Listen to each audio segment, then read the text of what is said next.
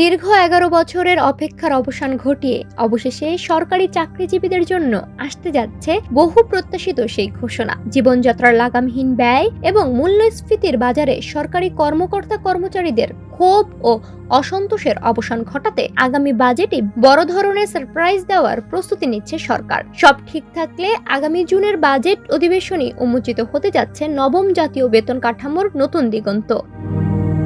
সংসদ সচিবালয় সূত্রে জানা গেছে, আগামী 7 জুন বিকেল 3টায় জাতীয় সংসদে ত্রয়োদশ জাতীয় সংসদের দ্বিতীয় বা বাজেট অধিবেশন আহ্বান করেছেন রাষ্ট্রপতি মোহাম্মদ শাহাবুদ্দিন। এই অধিবেশনে অর্থমন্ত্রী আমির খসরু মাহমুদ চৌধুরী নতুন অর্থবছরের বাজেট পেশ করবেন। আর এই বাজেট বক্তৃতার ভেতরেই লুকিয়ে আছে 14 লাখ কর্মরত সরকারি কর্মচারী এবং 9 লাখ পেনশনভোগীর ভাগ্য পরিবর্তনের চাবিকাঠি। সরকারের নীতি নির্ধারক মহল ইঙ্গিত দিয়েছেন, এবারের বাজেটের অন্যতম প্রধান আকর্ষণ হতে যাচ্ছে নতুন পে স্কেলের আনুষ্ঠানিক ঘোষণা।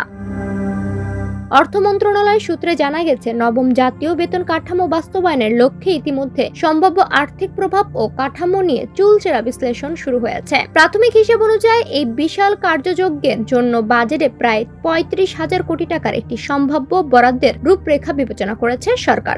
বর্তমান সামষ্টিক অর্থনৈতিক মন্দা এবং রাজস্ব আদায়ের ঘাটতির মধ্যেও সরকারি চাকরিজীবীদের জীবনযাত্রার মান উন্নয়নকে সর্বোচ্চ অগ্রাধিকার দিয়ে এই বিপুল পরিমাণ অর্থের সংস্কার করার পথে হাঁটছে অর্থ মন্ত্রণালয়। বিশাল অঙ্কের এই আর্থিক চাপ সামলাতে সরকার অত্যন্ত চতুর ও সতর্ক কৌশল অবলম্বন করতে যাচ্ছে।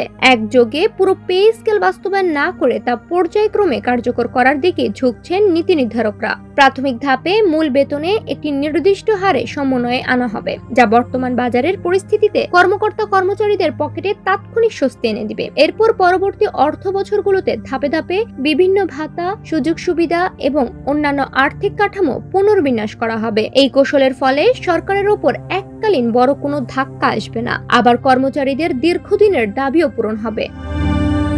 2015 সালের পর নতুন কোনো পে স্কেল না আসায় মাঠ পর্যায়ে কর্মচারীদের মধ্যে যে নীরব হাহাকার চলছিল, এই সিদ্ধান্ত তাকে অনেকটাই প্রশমিত করবে। তবে দেখার বিষয় হলো, ধাপে ধাপে বাস্তবায়নের এই মডেলে প্রথম দফায় কর্মচারীরা ঠিক কতটুকু সুবিধা পান। কারণ আন্তর্জাতিক মুদ্রা তহবিলের শর্ত এবং অভ্যন্তরীণ ঋণের বোঝার মাঝেই এই বিশাল বরাদ্দ নিশ্চিত করা সরকারের জন্য এক মস্ত বড় পরীক্ষা।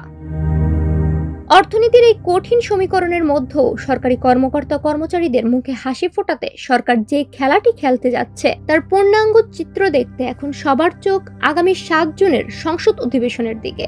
সেদিন অর্থমন্ত্রীর বাজেট বক্তৃতায় বলে দিবে সরকারি কর্মচারীদের এই দীর্ঘ প্রতীক্ষার শেষটা কতটা মধুর হতে যাচ্ছে। ডেস্ক রিপোর্ট, সোনালী নিউজ।